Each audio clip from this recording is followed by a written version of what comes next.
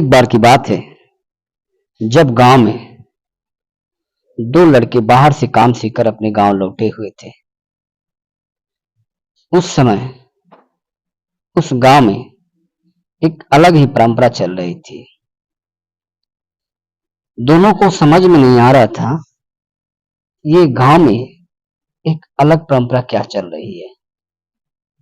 दोनों ही नए नए आए थे, बहुत दिन के बाद अपने गांव लौटे थे।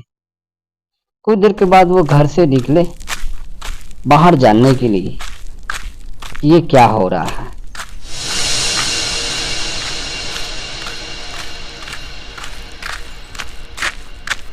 घर से कुछ दूर बाद ही एक धनी मनी सेठ का घर था, जहां पे गांव के सभी बड़े बुजुर्ग लोग आकर सेठ से अपनी शिकायत करते थे और सेठ अपने मन से ही उन्हें सॉल्व करता था। ये अपनी शिकायत सुना ही रहे थे, एक किसान वहां आ गया। जब ये सेठ के पास थे तभी वहां एक गरीब किसान आया जिसने अपना तकलीफ सुनाने की बात बोली, लेकिन सेठ ने उसकी बात सुनने से मना कर दिया। बच्चों को बहुत दुख लगा। कुछ देर तक किसान डरता रहा, वो कुछ नहीं बोल पा रहा था क्योंकि सेठ बगल में ही था। उसकी बोलने की हिम्मत नहीं हो रही थी कि वो शिकायत कैसे करे और चुपचाप वो खड़े होकर देख रहा था। सेठ, आप बोलिए। जब तक आप बोलिएगा नहीं तब तक हम कैसे समझेंगे क्या परेशानी है, नहीं परेशानी है। आप सेठ जी से मत डरिए, सेठ जी अच्छे आदमी हैं, वो किसी का बुरा नहीं चाहते हैं। आप खुलकर बोलिए जो तकलीफ है। किसान बिना कुछ कहे अपने घर की तरफ वापस चला आया।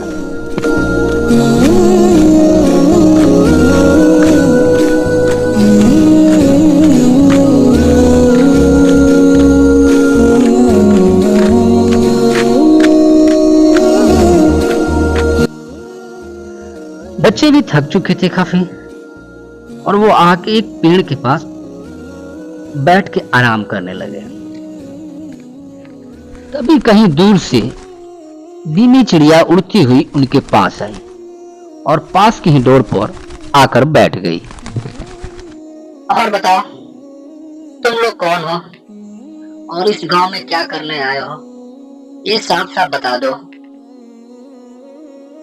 दोनों बच्चे चिड़िया की बात सुन रहे थे मगर ऐसा प्रकट कर रहे थे कि हम उसकी बात सुन ही नहीं रहे हैं।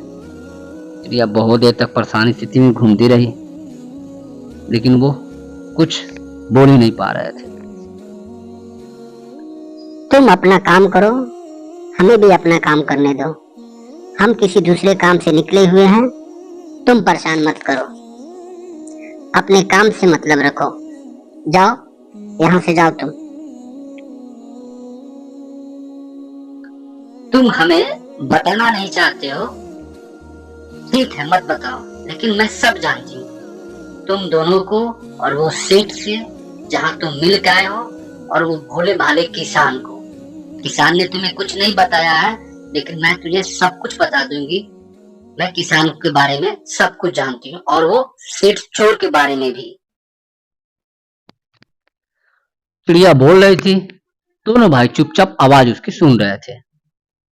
वो उसे महसूस ही नहीं हो रहा था कि जो हम बोल रहे हैं इन दोनों भाई पर कुछ असर पड़ रहा है। वो थक हार के चुपचाप वहां से निकल पड़ी।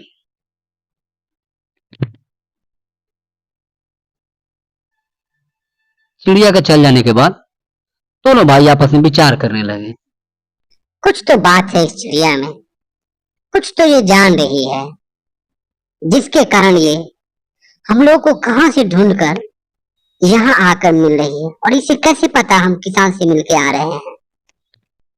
कुछ देर बात करके दोनों भाई घर की तरफ चल दिए।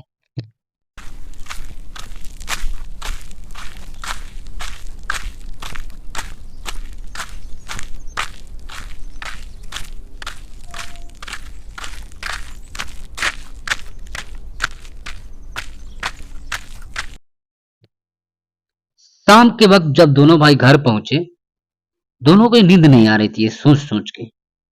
वो चिड़िया जो है आखिर हम लोगों से ही क्यों बोली ऐसी बात? मेरे बात पर तुम विश्वास कर लो। एक निर्दोष नारी की आत्मा कब से भटक रही है। तुम दोनों ही चाहोगे तब उसे जाके मुक्ति मिलेगी, वरना वो अपनी आत्मा की शांति के लिए आजीवन भटकती रहेगी। हमें तो चलना चाहिए। ये जरूर हो ना हो, ये मोनी चिड़िया सच बोल रही है। और मोनी चिड़िया की खासियत है, कभी ये झूठ नहीं बोलती है। इसकी बात सच्चाई हो सकता है, हमें चलकर देखना चाहिए। माँ, मोनी चिड़िया बोल रही थी ये सेठ जो है अपना एक निर्दोष औरत को मार दिया है और मारकर जंगल में जो हवेली है उसी में छुपा दिया है, जिसके डर से कोई वहां जाता नहीं और ये यहाँ मौज से घूम रहा है। नहीं नहीं, ये गलत काम है। तुम फौरन जाओ और उस आत्मा के शांति के लिए जो हो सके करो, और इस सेठ को उसकी सजा जरूर मिलनी चाहिए बेटा। उस आत्मा को न्याय मिलना चाहिए। कुछ ही देर में दोनों बच्चे घर से निकल पड़े।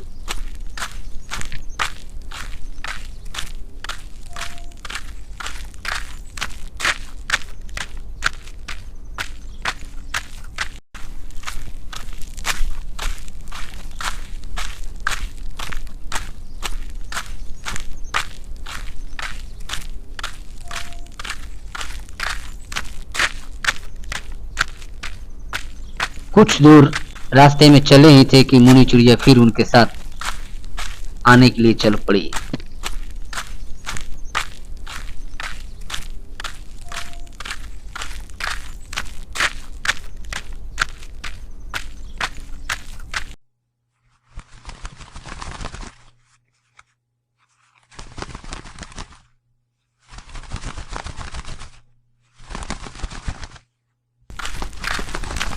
अरे मुझे छोड़ के तुम लोग कहाँ इतना जल्दी जल्दी जा रहे हो?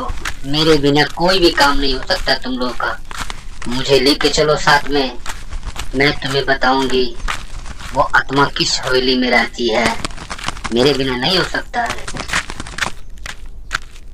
तुमने मुझे बता दिया, इतना ही काफिर है। हम लोग खुद उसे ढूंढ लेंगे। तुम कहाँ जाओगी? तुम उसमें जाओगे तो फंस जाओगे। हम लोग किसी तरह भी निकल लेंगे। तुम्हारे जान के खतरा हो सकती है। तुम वहां न जाओ तो ही तुम्हारे लिए भला है, वरना मुश्किल में पड़ जाओगे तुम जाकर वहां। दोनों भाई ने देखा इतना कहने के बावजूद भी चिड़िया नहीं जा रही है। वो सोच में पड़ गए कि अब क्या करे या ना करे। कुछ देर में दोनों ने उसे अपने साथ ही ले जाने का मन बना लिया। तुम लोग यहीं रुको, इससे आगे मत जाना। मैं उसे देख के आती हूँ ऊपर वाला बिल्डिंग में। वो कहीं उधर ही होगी। तुम वहां मत जाओ, मैं देख के आती हूँ। वो तो यहाँ भी नहीं है। लगता है सेठ को ये बात पता चल गया है, इसलिए उसे कहीं और छुपा दिया है। चलो आगे देखते हैं।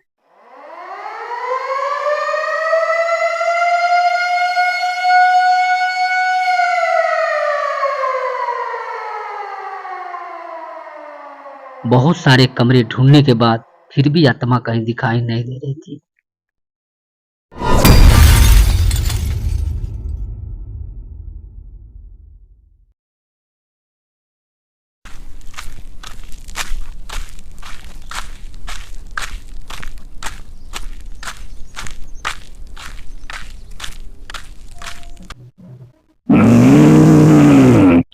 तुम लोग यहाँ कैसे आए हो?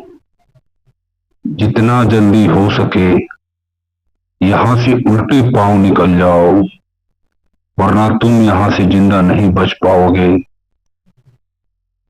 ये मोनी चिड़िया तुम लोग के लेके आई है ना?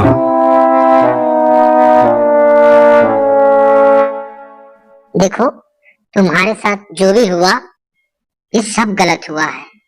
हम तुम्हारे आत्मा की शांति के लिए जो हो सके वो सब करेंगे। जो भी गुनहगार होगा उसकी सजा अवश्य मिलेगी। जब हम यहाँ आ ही गए हैं तो सब करके जाएंगे। हाँ, ये दोनों भाई सच बोल रहे हैं। तुम इन दोनों भाई की बात को सच मान लो। हम ही इन्हें बुला कर लाए हैं तुम्हारी आत्मा की शांति के लिए और सेठ को सजा देने के लिए। मुझे सेठ ने मारा है ये बात तुम लोगों को पता है, लेकिन सेठ ने मुझे क्यों मारा है ये पता नहीं है। तुम गांव वाले के सामने क्या बोलोगे ये तुम्हें पता नहीं है। सेठ एक नंबर का लालची और बेईमान आदमी है। मेरे पापा पढ़े लिखे नहीं थे, सारा जमीन के कागज मेरे पास ही था। वो मांगा और जब मैं नहीं दे पाई तो उसने मुझे मार के हत्या कर दिया और जमीन के कागज सब लेके चला गया। इतना सुनने के बाद बच्चे और चिड़िया सब वहां से चल दिए सेठ के घर। सेठ को सजा जरूर देना पड़ेगा, बहुत लालची है सेठ।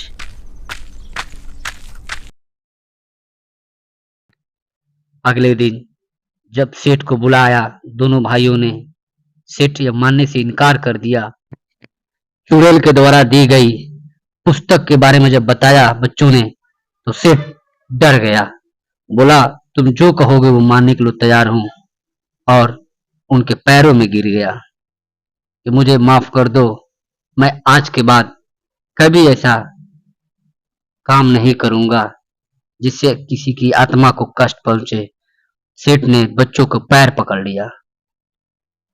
चिड़िया हंसने लगी। उसकी मौत की सजा पाकर चिड़िया बहुत खुश हुई।